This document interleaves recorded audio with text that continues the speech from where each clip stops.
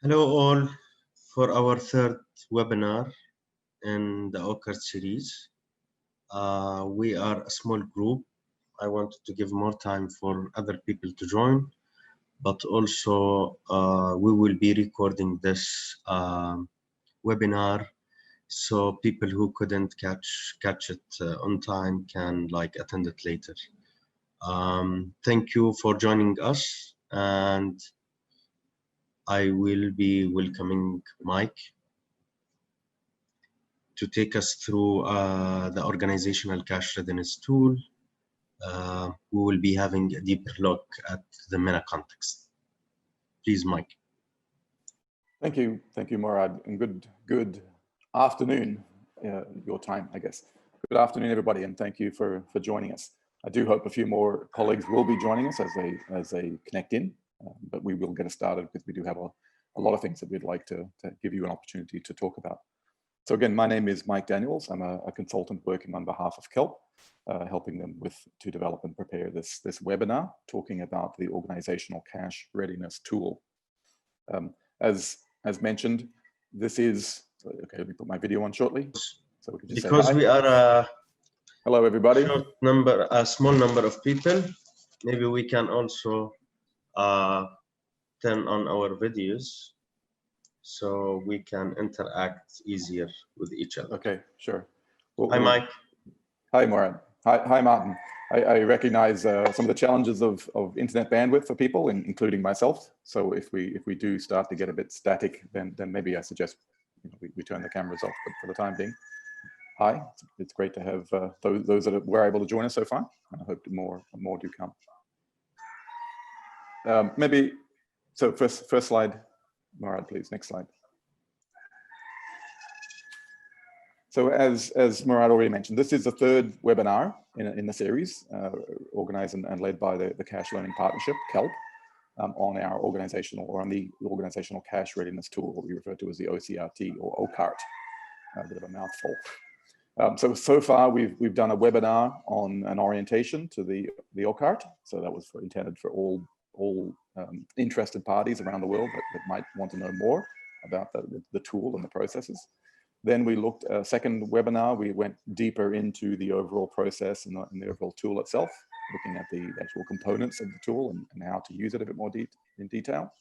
And then this third webinar session is really, as I say, a deeper look specifically at the MENA context. So I believe many or all of you are from and or are currently working in the MENA area. So what we're very interested in understanding is, from your perspective, how can you most effectively use this process and tool. So that's the purpose of this session.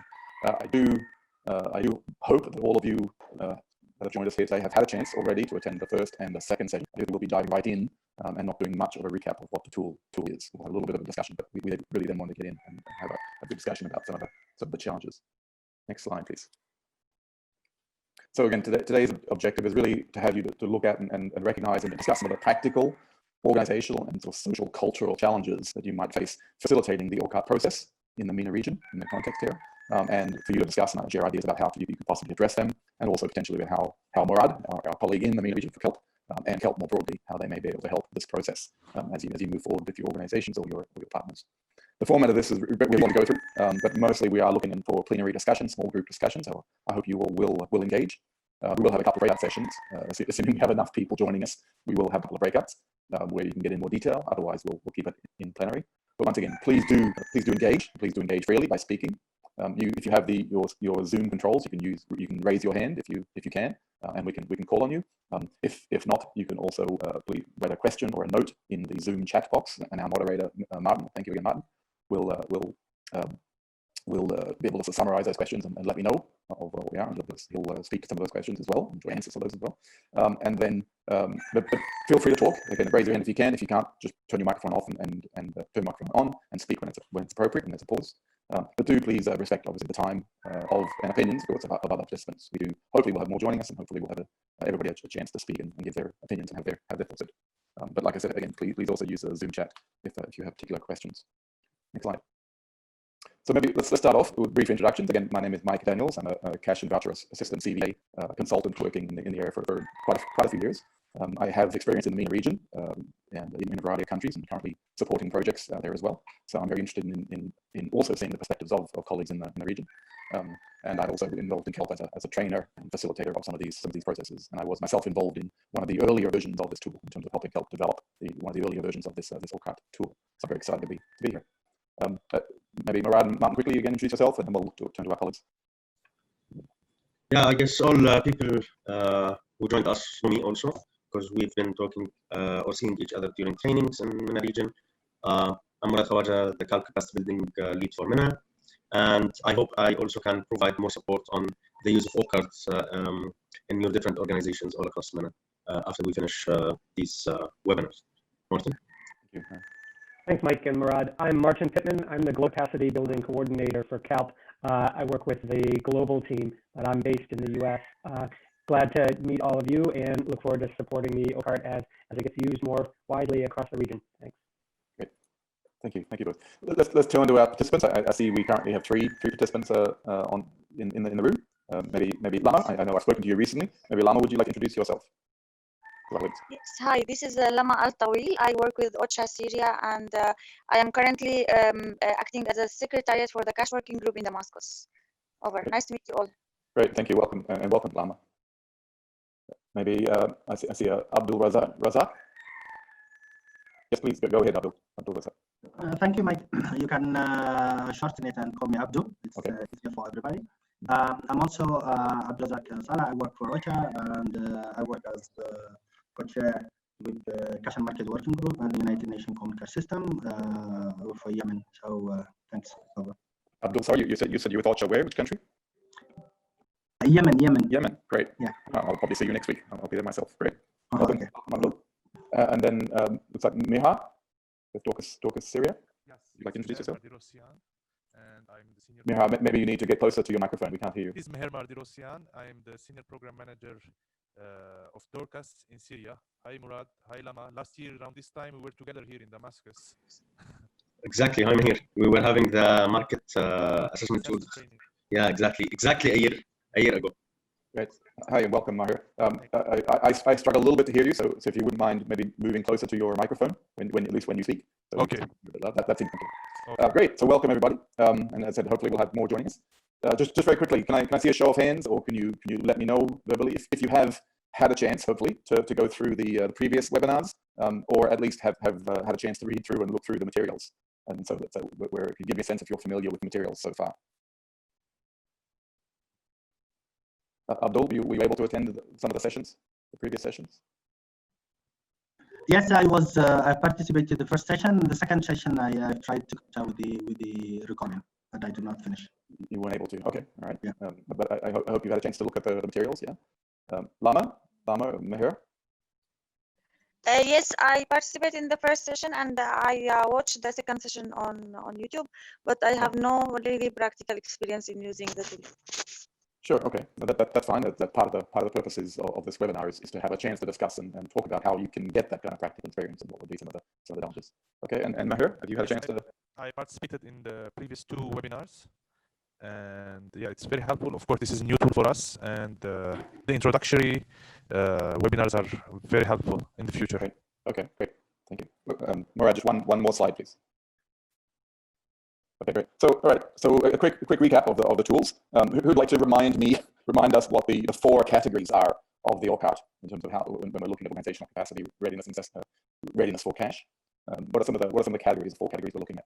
Anybody want to dive in there? Lama, have you had a chance to? You attended the first session. Do you remember the four categories? I'm not sure I remember correctly, but I think there is something related to the leadership. Mm-hmm. Leadership, yeah. Leadership is one. Yes. Leadership. Somebody else? Anybody else want to dive in? Okay. Next slide. Next slide, Murad. Okay. So thank you, Lama, for diving in. Yeah. I mean, again, please everybody do engage and do feel free to speak. There's no wrong answers, but there's no wrong opinions here. So the four categories: leadership, as mentioned, is a very important one. So leadership and resourcing to how organizations get its funds. The second one really looks at the organizational systems and policies, so that all the sort of the operational procedures, the SOPs, the structure of the organization, the types of functional units, finance, HR, admin, logistics, procurement, program, etc., and looking at how the systems and policies are in place to manage to be able to prepare for assess, analyze, design, implement, and monitor effective cash and voucher programs. And then the third category is staff technical competency. So it's linked to the various types of competency frameworks that are out there in terms of the skill set, the knowledge and the skills that the staff need to have, again, staff across the organization, not just program staff, but staff across the organization, in an understanding of the different phases and stages of doing assessing for and designing, implementing, monitoring cash and voucher recipient programs. So that's an important part as well. And the final category, of course, is external engagement, looking at how an organization works with donors, government, stakeholders, and partners, including groups like Cash Working Group and others in the clusters, in terms of how they engage and gather and share information and learning, and how well they're positioned to be able to take advantage of opportunities and to seek funding and so on. So there's a broad range of things that come under that category as well. So again, those are the four key categories that the tool itself looks at. Can anybody remind me of something? Do you have a comment, question? Yes, no, it's a little bit more into getting the clarity. Normally, and I remember that it was being asked, but I don't remember the way that it was being answered. Normally, the cash response or the cash programming, it happens with a shorter period, 3 months to 6 months, whether it is a sector-specific cash assistant, a cash and voucher assistant, or whether it is a multi-purpose cash assistant. So, having said that, organizations, when they get their project is approved, and meanwhile preparing the people who will be working on that project, and giving the limited period to fast track and conduct those 4 or 3 or whatever rounds for those either 3 months or 6 months. In OCRT, the intention is what I have understood from the first session that I have attended, that it assesses the capacity for the organization for the long term, but the people who will be working on the ground and implementing those projects will be hired according to project approval. So how this can be linked in terms of the capacity for the organization and the reality of projects being short-term projects which is approved based on the funding and those things. So how this that's a very good question, and that certainly is a challenge. And let's hold that thought. That question, we'll come back to that question as one of the challenges. But just very briefly, just to be clear, so yes, the OCRT tool and the OCRT process is intended to be a part of what you would do in terms of your preparedness. So helping you as an organization to be prepared, to be ready to deliver programs, whether they're short-term programs, whether they're long-term programs. But yes, it is intended to help build the capacity of the organization. Obviously, as you say, if there are issues around that most of your staff are short-term staff that come and go, then obviously being able to assess what is our current technical capacity can be a challenge. So we'll talk about that. Yeah? But again, the staff technical competency is something that is more than just who are the staff that you actually have with you at the particular time. It's also looking at what are the systems you have in place for how do you recruit well-qualified staff, how do you keep well-qualified staff. Yes, looking at the systems around staff technical competency, not just simply how many and what are the skill sets of your current staff. So it is still an important part of looking at in terms of your preparedness. But keep the question, come back to during our challenges. Thank you. Okay. Again, just quickly, the question around the various documents and that are out there. Morad, next slide. You remember that there were basically three different key documents, or three different parts of this tool. No, go back, sorry. Right. All right, go back, please. No. Back. Keep going back, please, Morad. Oh, stop. Thank you. So there are three basic parts of this. There is the tool itself, which is as we've looked at and we've talked about. It's an Excel spreadsheet that has all of the categories, the criteria, the indicators, and the descriptions for the various scores, and scored from 4 for the different all those different indicators. Again, there's a long list under those different 4 categories. The tool also includes it's the data collection point. Basically, it's where you would enter the information around your scores, where you enter the recommendations, the justification for the scores, or the evidence, examples of the evidence, summaries of evidence, and the recommendations that need to be made. So it really captures all of the pieces, all the information that you're collecting for your scoring process or the OCRT. It also has some graphs and charts that are used to share the information, and that's a very useful, important tool. The other 2 documents are the instructions, which are intended for everybody who's using or looking or reading the tool. So that would be something that all the participants in the process should read and be familiar with how the tool is covered, because it also includes guidance and instruction, not just instruction, but also guidance about how to interpret some of the criteria, some of the descriptions. And then finally, the process guide is intended for the facilitators to really be something that guides you as an OCRT facilitator through the process. And as I think Abdul mentioned, it's a 3 to 6 month project, potentially, a 3 to 6 month process to do a full OCRT process within your organization. And so the process guide helps a facilitator in that. So our discussion will draw some of the guidance and some of the links that are in those documents. So again, I hope you have a chance to read through those. Next question, next slide, Mark, sorry. A reminder also that there are a series of other templates that CELP makes available. There's the orientation meeting agenda template for when you're putting your first orientation meeting together. There's an agenda template for your score meeting when all the various staff across the organization, representative staff, come together to look at the score, the descriptions, and to score the organization. Again, 1 to 4. There's an agenda template for the action planning meeting, which comes, of course, the last stage where you've done your scoring, you've identified recommendations, they've been presented to management, and then an action planning meeting is to come together and say, well, what do we do about this? Who's responsible for what task moving forward in terms of building and carrying out readiness?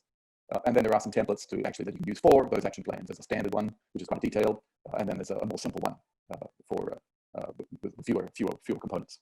So again, there's some templates, and these are available from KELP and from Murad as needed to help you as a facilitator. Next slide. Are there any questions so far? Just a very quick recap of where we stand with the OCRT materials and a little bit of the process. Are there any questions or comments so far before we dive in talking more specifically? No? Okay. Again, if you don't wish to speak and you want to just ask a question, or when a question comes to you, you can also write it in the chat box, and Martin will let us know what the questions, comments. So moving on the bulk of our session today is really talking about the challenges in the MENA context. Murad, next slide, please. We've talked about in the first session and the second session, we talked about the process and the documents and the tools themselves, and through those discussions, we identified there were a series of important steps that were really essential in this process, but also steps that themselves can be quite challenging. And those key steps or key challenges we identified were getting buy-in from senior management, buy-in from all parts of the organization, including from senior management and leadership, to support the process and to, of course, then support the action planning and the resourcing of the action plan to take the necessary steps to build capacity and readiness. It's also important, but yet challenging, to contextualize the tool to the context, whether that's how do we adjust the descriptions to match our particular organizational context, the way the organization is structured, or the way the kind of programs that we're using, the kind of context we're working with, what kind of organization we're working with, or contextualizing which part of the tool is the priority if you're doing more of a limited scope assessment. Then contextualizing which categories, which indicators, which sections, which criteria are you going to prioritize and focus on. So contextualizing that is important, but also itself has some challenges. The whole process that we talked about is evidence-based. So all of the scoring should be coming from a result of having reviewed evidence that's being collected, whether it's documents, whether it's reports, whether it's SOPs or other manuals that the organization has, proof that certain projects have been successful because of the capacity or the processes that were in place. So the process of defining what evidence is needed to be able to reach scores, to be able to identify and assess the scores, defining what kind of evidence is necessary, is a process, part of the process, and can be challenging. And the actual process of gathering that evidence, finding the right people, finding the right documents, choosing which ones to bring, collating that evidence can be a challenge. So again, in the process guide and the instructions tool, there are some guidance and thoughts and recommendations about that. And then finally, of course, the actual process of when you come together for a scoring meeting, when you come together for an action planning meeting, actually getting the participants to agree on what the scores should be, to agree on what the recommendations need to be and what the action steps should be. So facilitating that process can itself be quite a challenge. So these are some of the challenges I'd like to present to you today and say in the MENA context, how can you address those? So these are some of the typical challenges of OCRT. But I'd like to open up to you and get your thoughts on, in addition to these 4 challenges, are there other particular challenges that you see in the MENA context? And Murad, I'll take your ideas as well. Obviously, you've been working closely with a lot of organizations. So anybody, Lama, Mihir, Abdul, any other particular challenges that you see might be specific to the MENA context in terms of whether it's cultural, social context, whether it's the types of organizations or using cash, or whether it's type of cash that you're actually doing. Yeah. Any comments? Maybe my question is not, or comment is not to add anything, but if Murad can tell us in which countries you started using the OCRT assessment tool for cash readiness. So because each country in the MENA region has its own context as well. For example, Lebanon is different than Syria. For example, in Lebanon, you don't need any security clearance to give cash to anybody, any beneficiary, while in Syria, it's a long process. It's different. I'm giving these 2 countries because I know I have experience in them. So it will be helpful for us if you kind of tell us in which countries you started implementing this assessment, Murad, and yeah, thank you. Just if I can dive in just before, Murad, you give your response. I just want to be clear that when we're talking about challenges of using the OCRT, it's really challenges with the organizations that are using OCRT. Yeah. So it's not about what's the challenge of using cash or vouchers in a given country. Of course, the context is different, and the types of cash or vouchers will thus vary from country to country. But I do believe that some of the challenges of working with the types of organizations that are in place in the MENA region, the types of broad social cultural issues. There is a lot of, I think, some commonality across the MENA region. And those are really the challenges we'd like to try and talk about today. So again, looking at the challenges of using the OCRT tool with your organization or with your partner organizations, rather than the challenges of doing cash and vouchers, just to be clear. Yeah, I agree with that. I agree with that. But that the context of the country sometimes reflects on the organization to contextualize the OCRT tool accordingly. So my question was, this was the reason of the question. Okay, Murad, did you have a comment? Yeah, thank you, Mahir and Mike, for answering a part of the question. Unfortunately, Mahir, our plan was to launch 2 OCRT program in the region at the beginning of 2020. Those 2 programs were the BEAP, Building Individual Expertise program, and the OCRT, the Organizational Cash Readiness tool. But due to COVID, as for all other activities, we had to postpone the actual launch of the program as they were, and trying to contextualize and adapt and reintroduce it in an online format like the one we are having right now. We have developed this tool in 2016 as well, and we started using it in 2017, but also, unfortunately, not in the MENA region. The idea of these series, this series of webinars, is to reintroduce the tool and trying to also launch it in MENA and encourage organizations to do that. So our process is starting with this series of webinars, and then we might be having another series that will be taking place in Arabic, and then also we might be working with some actors and practitioners from MENA region who might also support us introducing the OCRT into local organizations. So the idea is also to take it to the grassroots, but not only within the context of the INGOs. And as Mike mentioned, it is more of an organizational tool that focuses on the structure of an organization and the capacity of it. It does not have a lot to do with the rules and restrictions in a specific country. But of course, this might also affect the use of the tool and affect the results of the assessment. I hope that answers your question, and please let me know if you need more elaboration. Thank you, Murad. Let's move on quickly, and then we'll have more time for questions and discussion. So again, these are some of the typical challenges that using the OCRT across anywhere in the world, any type of organization. But I think, in some of the discussions that certainly I've had with colleagues around the MENA region and with Murad and others, I think there are well, as in any region, there are things that are specific to a particular region. So there's a few ones that we identified that I think would be interesting to discuss a little bit and share with you, get your thoughts on. Next slide. So some of the things I found, I and in colleague discussions with other colleagues, some of the things we've seen in that particularly apply MENA. Once again, every region has its own particular issues. In every region, we believe there's often quite, let's say, centralized or top-down leadership in organizations, particularly some of the smaller organizations, particularly maybe some of the local NGOs and CBOs. It's part of the structure where how those organizations have evolved and have developed, and that may be different from country to country or region to region. So sometimes organizations have that type of structure, very centralized, where strong leadership is really key. Some of the organizations are interested in making changes organization-wide and really seeing how they can build the capacity for the long term. Some are really just identifying that, we have a certain donor or a certain audit requirements and policies or restrictions or audit requirements that we have to meet. And so they're interested in just putting in the capacity of systems for that to be able to meet that particular restriction or requirement. But again, some organizations are looking very broadly, some are looking quite narrowly. Across organizations, particularly local organizations, I think there's generally a low staff capacity or understanding on TA, on both the technical side of it and some of the conceptual side. And again, not just the program staff, but across the organizations, the various other functions, finance, procurement, etc. And within those organizations and within some of those structures, we see sometimes a lack of integration or lack of coordination. So again, finance teams aren't necessarily familiar with CVA and aren't necessarily working very closely with their program colleagues on the design and implementation of CVA. And so there's a need to see how can those groups get out of the silos and integrate and work together. Because that is important for understanding your capacity and your systems. And then finally, it's like, again, as in any region, there are different cultural, social, personality type related factors that as a facilitator we have to deal with, and we have to be able to know how to work with a room full of people to get them to agree on some level of consensus on scoring. And that is always cultural in whatever region, whatever country we're in. There's always some cultural issues that have to address. So these were a start of some of the challenges that we saw in the MENA region. I'd be very interested in hearing from colleagues in the room. Are there other particular challenges that you see to add to this list, or would you have a comment on any of these particular ones that you think are valid or not valid in your case or in your country, or more broadly in the MENA region? Any comments from colleagues?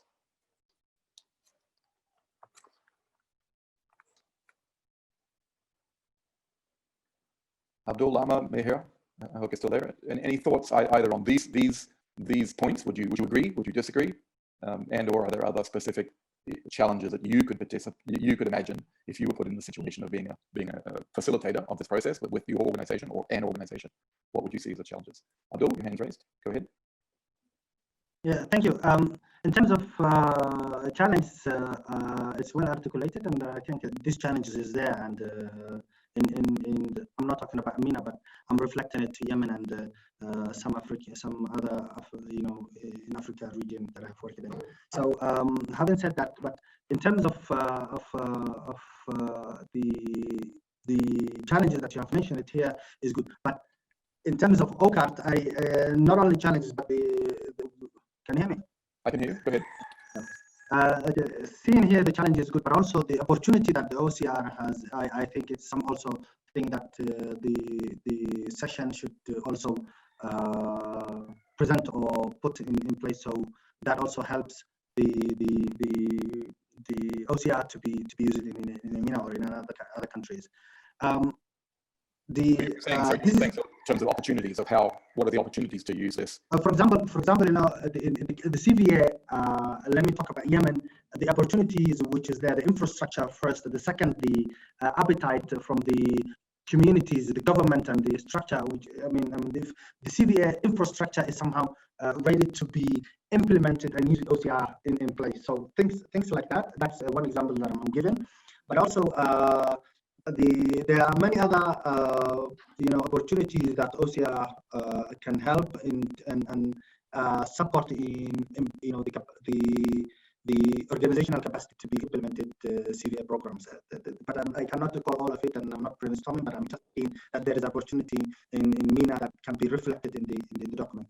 Okay. In terms of the challenges, this is a wide range, what I can say, a bullet point of challenges, but also in between the lines of the implementation of the OCR items, when it comes, for example, selection criteria and beneficiary registration, there is a challenge that the organizations will be facing because of the culture, because of the sensitivity of the women registration, things like that. Also, there are some other nitty-gritty within the using the OCR, but that is not something that we can generalize on the tool. But it's rather than the challenge for the tool, it's a common challenge which is there due to whether it's the cultural or social or security and safety related challenges. Okay.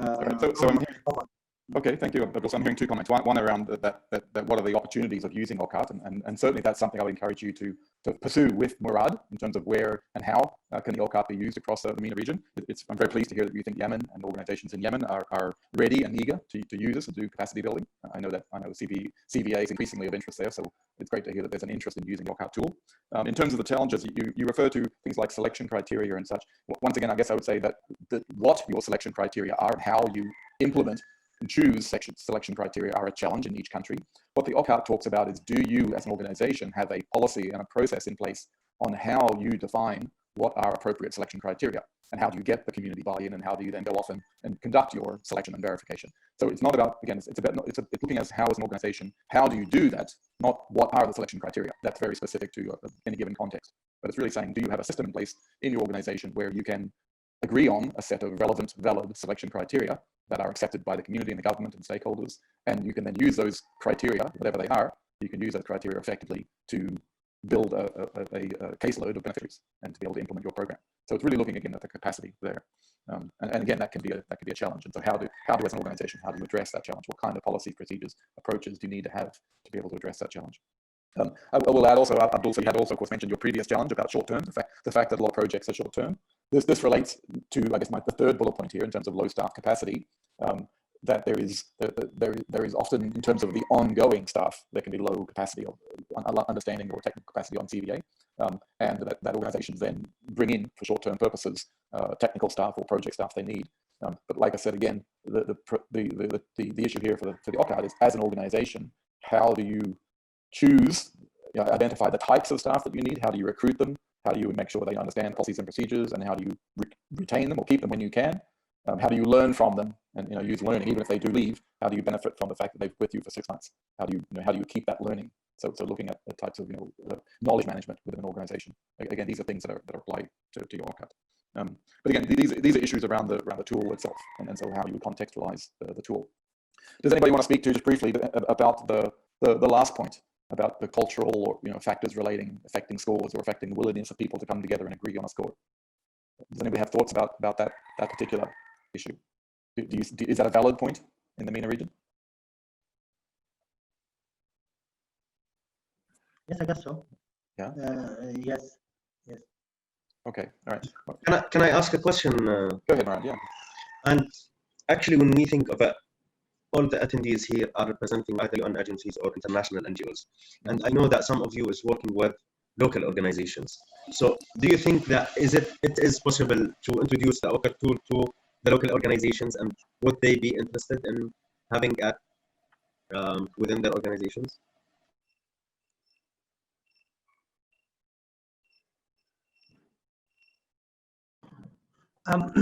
If I may, Please go ahead, Razak.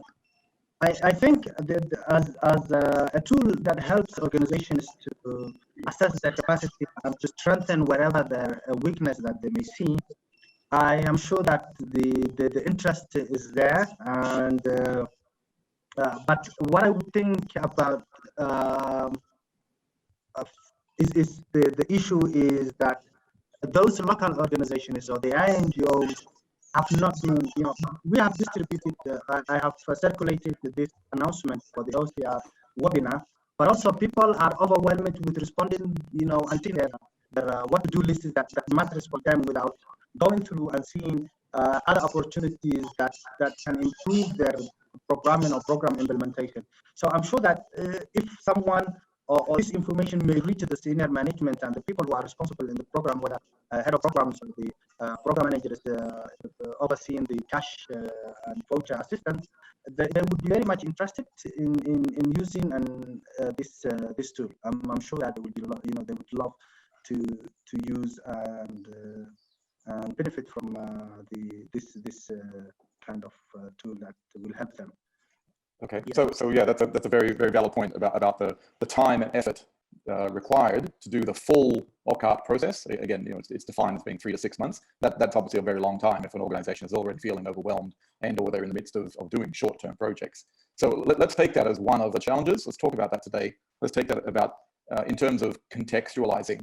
How could you see, Abdullah and your colleagues, in your context, in that sort of situation where everybody is overworked, everyone's very busy, how might we contextualize and adapt the process and the tool as necessary to be able to do this thing? So Murad, next slide. So we won't do breakouts because we're such a small group, but I'd like to focus here on the question, the points 2 and 3. So 2 in terms of contextualizing to the context and some of the challenges of how to do that and to gather the evidence. Let's take as the first idea or the first challenge, as Abdul has said, that everybody's busy and maybe it's unrealistic to expect to spend 3 to 6 months doing this with an organization when they're already busy, when many of their staff come and go on short projects. So how would you, Abdullah or others, please everybody do dive in, how would you suggest that a facilitator in the MENA region modify this process? If it's not going to be a 3 to 6 month process, is there a shorter process that could work, that could still be effective in getting to some of the key capacity gaps, the readiness gaps that organizations have? What would you suggest in terms of shortening and prioritizing the process?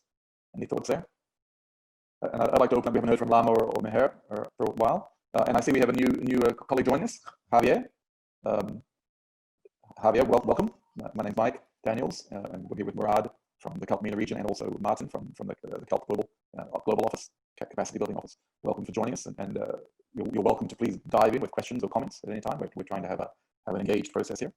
So the question is for everybody, including Javier, if you can hear us, how might we contextualize the process to shorten and or prioritize and focus on really what you see as the key challenge, the key capacity gaps for organizations in MENA? I'll open the floor. Any comments about that? If I may intervene, for example, for Syria, as an INGO, we're not allowed to do direct implementation. We work through partners. And well, as Dorcas, we do some activities self-implementation because we have MOUs with line ministries, but not for the cash. It's a sensitive issue for the local government when you have assessment where you are in touch with beneficiaries, and especially when it comes to cash. Now, okay, if we want to do the OCRT for us, it's good, but we need to do the OCRT for the local implementing partners as well, to assess them. So this is something, for example, it's not present, at least in Lebanon. I'm not sure. Okay, usually big donors are encouraging localization, to working with local, but it's not obligation.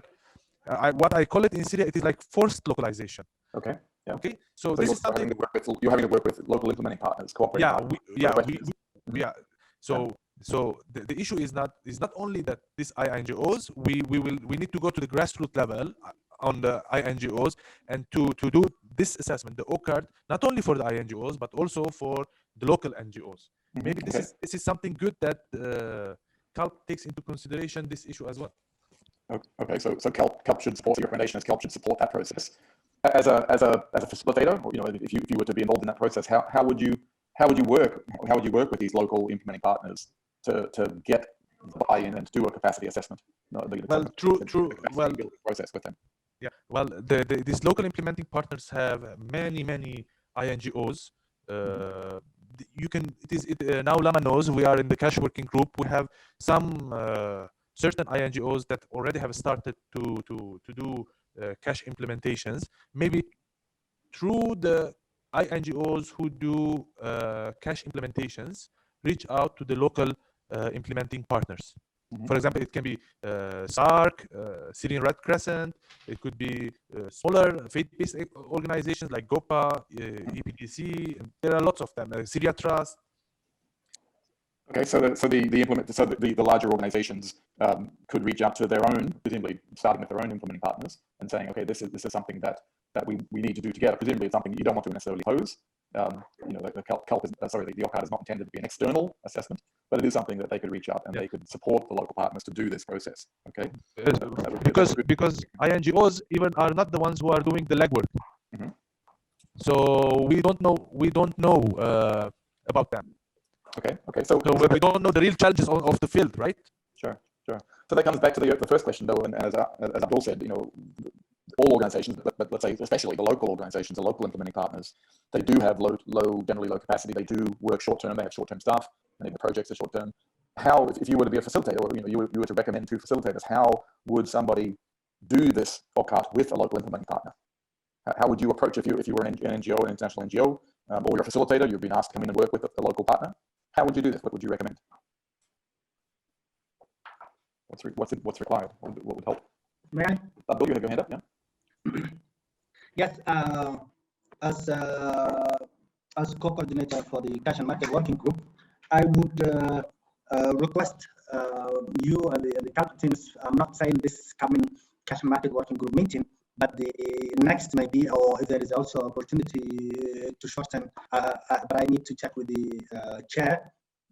If, for example, CALP could come in and have a session of to present OCR in a very brief way to the organizations who attend the coordination meeting, would understand and see the benefit of the OCR and what could bring into their organizations, and that could, as a cash and market working group, will help us to improve the CVA implementation in the country. So the recommendation or the suggestion that I may share here is that you, Mike, as and with the CALP colleagues, to be given a session in the cash and market working group and present in a brief way the benefits and the opportunities that this tool can bring to the organizations, and how can it help to put in place the capacity that they need. First, how to assess, and then how to improve their capacity. That I would say would help and bring benefit to INGOs, national NGOs, and even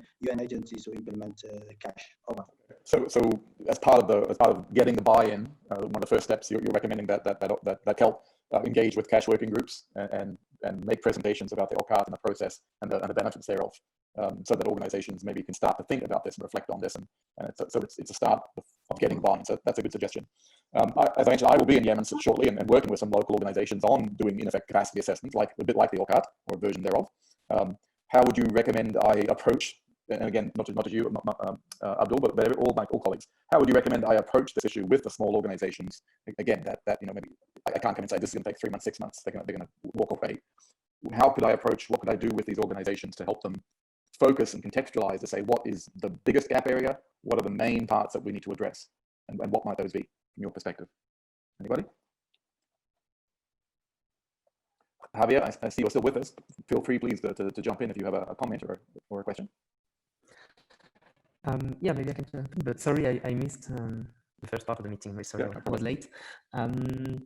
Yeah, so to give you some kind of information, I'm in Palestine now, but hello to the colleague of Lebanon and Syria. I was there last year, so hello to the one.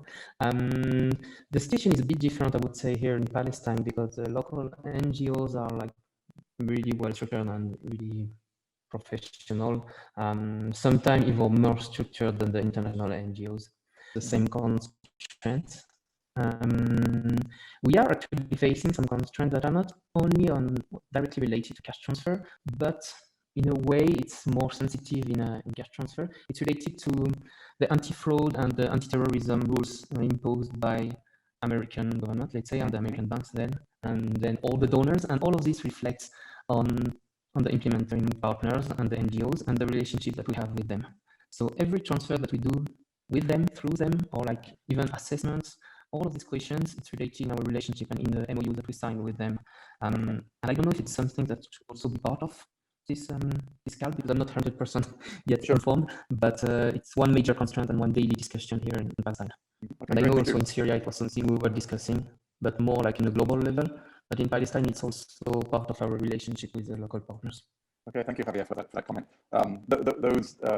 I'd happy to open up the floor and get comments from reactions from other folks. But my very quick answer would be, as you probably remember, in the 4 categories of the OCRT assessment, one of them is external engagement, and I would say this issue comes very much under how do you address how does an organization address this type of issue with its stakeholders, donors, the government, its funding, its funders, implementing partners. How does it address these types of issues? And again, not so much. So when you're looking at your capacity of your organization, is not what is the solution to these anti-fraud, anti-terrorism challenges, but how do you address that with your partner, with your stakeholders? That's what the capacity is. That an organization is able to address these types of challenges with donors, with governments, etc. So that's what we're looking at in terms of the capacity, not which is the solution. There may well be a variety of possible solutions of how do you address that. But again, that's more in terms of the political context or the design of your programs. Again, what the OCRT is really looking at is how do you address that type of challenge? What are the systems and processes and relationships you have in place to be able to address those kind of challenges effectively? Not what is the appropriate answer. Yeah. Does anybody else have comments on that, or wants to add other suggestions? Mike, I think Martin has something to also. Martin, go ahead. Yeah. Yeah, just a couple of thoughts. This is really an interesting conversation for me, especially sort of from a big picture, because as touched on, the tool is really designed as a bit of an organizational development and sort of long-term readiness investment. And what I'm hearing in terms of the context within MENA is really interesting in terms of how do you take sort of the richness of a large, almost strategic tool as this and make it practical in a way where there are particular constraints, like Javier was just flagging, or there's particular urgencies or short terms, as Abdul was mentioning earlier, maybe it was Maher, just the idea of adapting things. And I think that the vision of the tool, especially that it's a self-assessment, is that organizations can take and pick which elements of it are most particularly of interest to them. Whether they're a donor that's trying to do some sort of assessment of potential partners and thinking, well, what do I want to look at? Whether you're an international NGO and you're saying, I have these implementing partners on the ground and I want to support them to be able to design and implement effective CVA, or you're a local organization on the ground and you're saying, I want to build my organizational capacity to be a better partner, to be able to implement CVA better. And so these are different ways of looking at it. And I think part of what the real idea coming out of the contextualization conversation is to take a look at the tool and the process and say what steps of the process are particularly useful and what indicators within the tool are particularly priority for us. And Murad, I'll finish with a sort of recommendation for you and how you're going to be working with the region moving forward is maybe some of those future conversations that you're going to be having with organizations in the region can really focus on looking at the tool and starting to do some prioritization of indicators and saying, oh, this particular indicator seems really useful in Palestine because it's related to the financial regulations that organizations have to operate within. Or say these criteria or indicators are particularly useful in Yemen, where there's a need for really working with local organizations as implementers, or same in Syria, since you have to work through organizational partners. The last thing I'm going to say, and I think this is an interesting one, is I think, Maher, you mentioned in Syria that there might be a number of international organizations that are working with any particular implementing partner on the ground. And that changes the dynamic as well, because that implementing partner may be interested in working with some of the aspects of the OCRT, but their other partner organizations that are funding them are thinking more about just get to implementation, rather than sort of the slower pace of organizational capacity development. So I'm seeing a lot of really interesting challenges related to contextualization and how you might all move forward. Over. That's great. Thank you. Is there some time for one last comment, Mike? Yeah, go ahead. Yeah. So I also, when I look at the MENA region, where I do have most of my experience, I keep also look at the challenges as like opportunities at the same time. So when we talk about the lack of expertise for the staff of local organizations in the MENA region, when we talk about CVA, yes, this is a fact. While from the other hand, people has some capacity, and a quite good capacity in the humanitarian aid field and technical skills. Looking at it also from a different point of view, especially at the Arab countries and CBOs, they have and they deal a lot with what is known in Islam with zakah and the orphans kafala. And those are two types of CVA that they are not identified globally, but because they are a part of Islam, and sometimes they are supported and controlled by the state itself, like in Jordan, for instance. You see some, this is not a new approach or a new idea that we will be introducing to those CBOs. They already have it, yet we need to draw the lines and to have it, or getting it clearer to the local partners who already have been doing it as a part of zakah or the orphans kafala, and trying also to link it with the CVA in a humanitarian context. If we also, if we use this as like a starting point, I think we will have halfway in terms of capacity, at least. This is one example, of course, and there are many other examples. Okay, Maran, so thank you. So another way of getting, I'm hearing, I guess I would paraphrase it as another way of getting buy-in from organizations in terms of using CVA as a modality, and from that, the need to have the OCRT is recognizing that they've been doing cash type programs or cash assistance, financial assistance for already a number of years. It's not something new. It's just about they need to understand, recognize how it works specifically in the humanitarian context as CVA. Okay, that's a good point. And again, I really like again Martin's point about when we, in terms of contextualizing to the context, it's really about, for an organization, the organization doing it itself, or the one being, if your organization is supporting another local partner, really pick and choose the parts of the OCRT tool, like which categories, which criteria, which indicators are really the most relevant for the context in terms of where the gaps are and where the biggest challenges are, and focus on those areas, and then doing it in a presumably a shorter manner that doesn't take that full 3 to 6 months approach. So I think that's been some useful ideas and suggestions there. I'd like to just very quickly move on to the last point to see if there are any comments and suggestions. When you, as a facilitator, when you actually come to now working with an organization and you've collected evidence and you've gathered some documents and such, now you're bringing a group of staff together into a room and say, let's review the detailed descriptions and let's agree on some kind of consensus score. Are we 1, 2, 3, or 4? And draw the recommendations out of that. What do you see as some of the challenges, and how would people recommend a facilitator, us, and facilitators that we can share our thoughts with? How do you do that process? How do you facilitate a room of people to reach consensus in the context of the MENA social, cultural, organizational context? And any comments or questions about that? Any suggestions about that?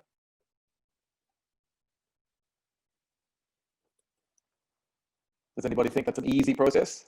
Again, I'll be doing this in Yemen shortly with a couple of organizations, and I would certainly welcome suggestions about how do I help that room full of people reach consensus on what could be potentially a contentious issues if they each have strong opinions on different perspectives. Any recommendations from anybody?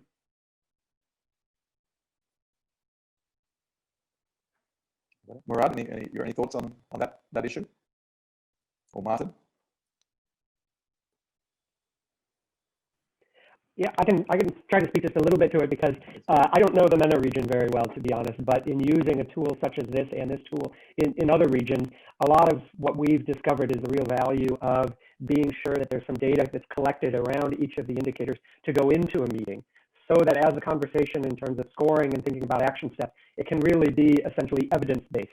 So it's not just sort of qualitative of, oh, I've seen this among my staff or something like that, and to be able to point to different pieces of data that support an agreement on the score.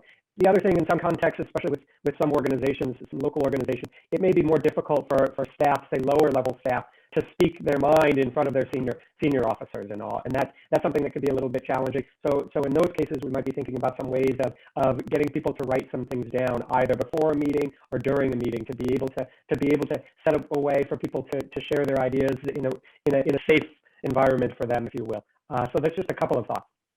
Thank you, Martin. So great idea. So one is, yes, making sure that we are referring to the evidence and the data, and it's not just my opinion, but that I can point to something and say, look, this is in place, we have this policy procedure, and I can make a case for my recommendation of a score of 2, 3, or 4, as the case may be. And then from a facilitation perspective, allowing groups opportunity to share their feedback and input without necessarily doing it publicly, or so in terms of doing, as I say, having writing, having anonymous ways of doing it, breaking up into small groups where they feel more comfortable. So thinking about the types of groups that I would use. Okay, that's good feedback. Anybody else got suggestions of how we can approach this? No, just a quick comment that from what I've seen in the MENA region, usually it's quite easy to get feedback from the team. I mean, they're quite vocal in meetings and they share easily their thoughts. I would not think it would be a big constraint for MENA region, to be honest. Okay, so Xavier, thank you. So you're saying people are quite vocal, which I agree. Yeah, I've definitely seen that. Compared to other regions, I work in like 3 countries now, and I never had any meetings where I had to push for comments. Okay. Usually, the major constraint is to put a frame and to see where we start and where we want to go, because everybody wants to talk and to share. So you have to be ready in your meeting to put a frame and to present where we want to go and to try to drive the conversation more than pushing the person to talk. That's what I've experienced here. Okay. So should be no shortage of opinions and vocal. That's great. So then I would put it back and say, so then the challenge is, I guess, when you've got that variety of opinions, quite vocal, variety of opinions, but then potentially all pointing to evidence, but potentially not necessarily agreeing or being in dispute on what the score is. The challenge I can see is in how do we facilitate that process, and that's where I think that's where the soft skills of facilitation come in.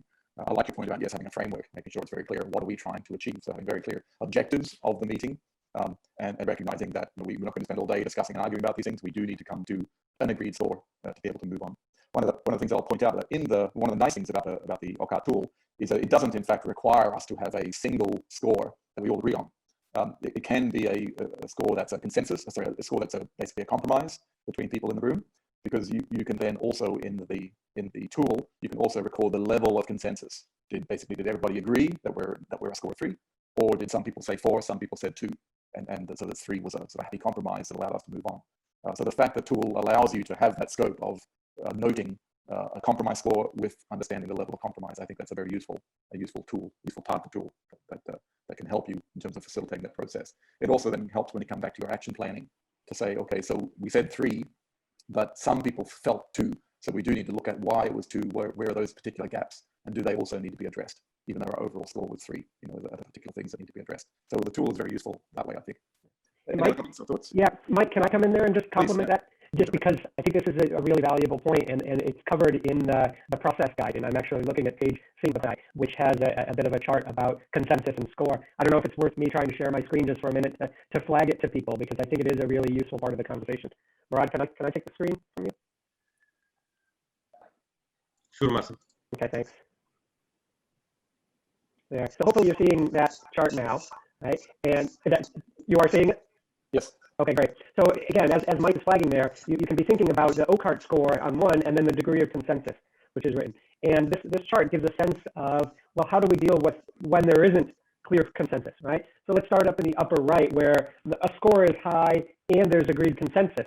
Then in essence, you just want to maintain your work in that indicator, right? But if your score is not so high, let's say down to the lower right, it's a 1, but there is consensus, well, then that helps you decide exactly, we all agree that we need to improve in this area. So it helps move you towards developing action steps right away.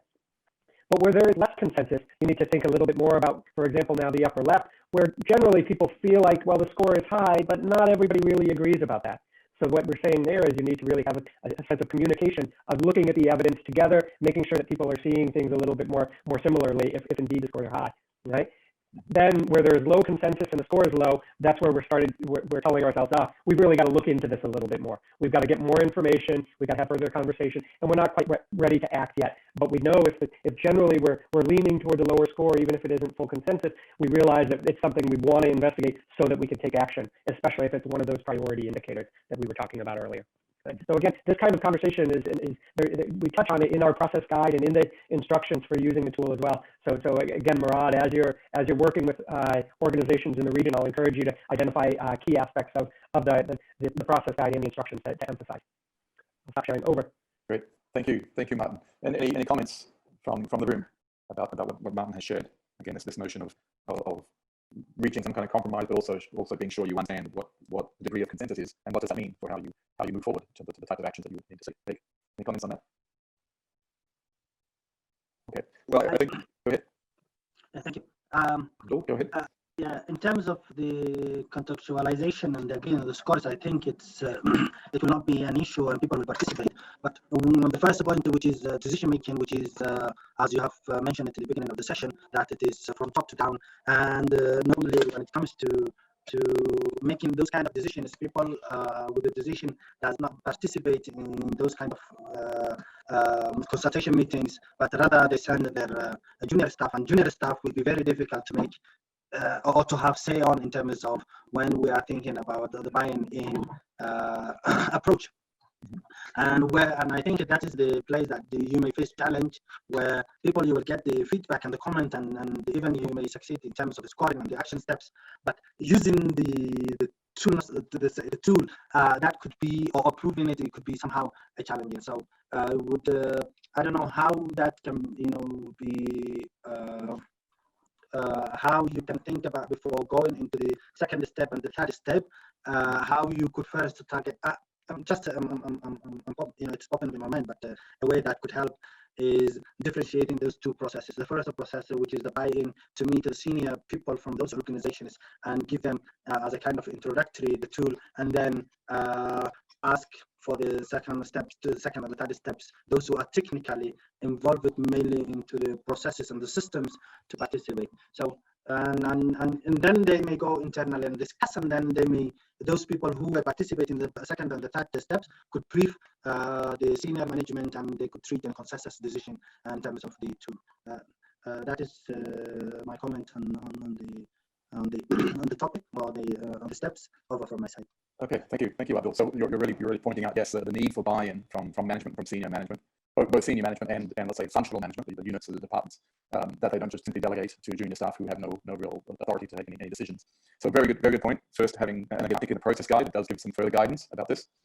First, setting up meetings with the senior leadership of the organization, even starting the cash working group like you recommended, but meeting first with your senior leaders, making sure they understand the process and see the value in this, and that they have buy-in for the process, and then they designate other managers who will take forward the process, who will be responsible for leading the process. And then in terms of the formal series of meetings, the first is the orientation meeting, where you do then bring in those middle managers and those functional staff and all the various technical folks and functional staff to look at the tool, to talk about the process, to identify what evidence is needed, to contextualize as appropriate, and then eventually coming back together for the scoring and the action planning steps. So very good point, getting the buy-in from senior leadership first, and then moving to your stages of orientation, evidence gathering, and scoring, and so on. So thank you for that. We're just about done, so last few minutes. So Murad, moving on to our question slide. We've covered quite a bit. We've covered quite a bit of some different issues, and jumping to our question slide.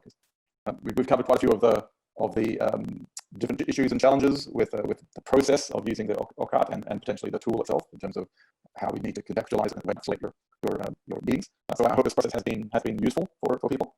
I know we've got some good recommendations coming out for how MENA can help. So I think that I think it's been useful. Certainly been useful for me. I hope it's been useful for you. Any questions or final comments from anybody?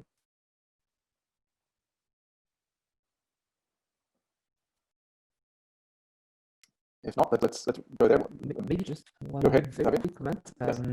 It's just to highlight discussion is ongoing in Palestine in the cash working group. Mm-hmm. So there is one NGO called MERCICOP that is working now on a paper to try to revive the cash approach within the context of the Nexus. And basically, this discussion is also coming from the donors. They are quite interested in seeing how we can operationalize and contextualize the Nexus approach. And there is a discussion linking the cash methodology the cash approach that is quite used in Palestine, and the Nexus approach. And behind it, you have a lot of discussion related to peace building, related to politics, related to like government services. I just mention it to open because it's something that they are discussing now, so it's not directly related to this tool for sure. But maybe in the future, in the coming months, it's something that will come on the table. Okay. And that's it. Thank you for presenting. Thank you, Javier. So Murad, that's something I guess to follow up in terms of in context about how there may be some opportunities there. Okay. I'll get in touch with you again on it, Javier, and we can take further. Okay. Abdul, you have your hand up again. Yes, thank you. Just a quick question, though I'm not sure whether it's related or not to the session. But my question is that you are coming to Yemen, and as you have mentioned it, that you are going to facilitate the discussion on this regard. Would it be a need for the Cash and Market Working Group to be involved, or is there something that, as a Cash and Market Working Group, I can help with in terms of to facilitate your? Though I'm sure that you have already planned in some way everything is there, but if in case something you need, just I wanted to share that we are there for you, and I'm happy to help or facilitate. And if there is anything that you need with it, please let us know. Over. Thank you, Abdul. Just to be clear, so sorry, I am going there in a different capacity to work with a client organization.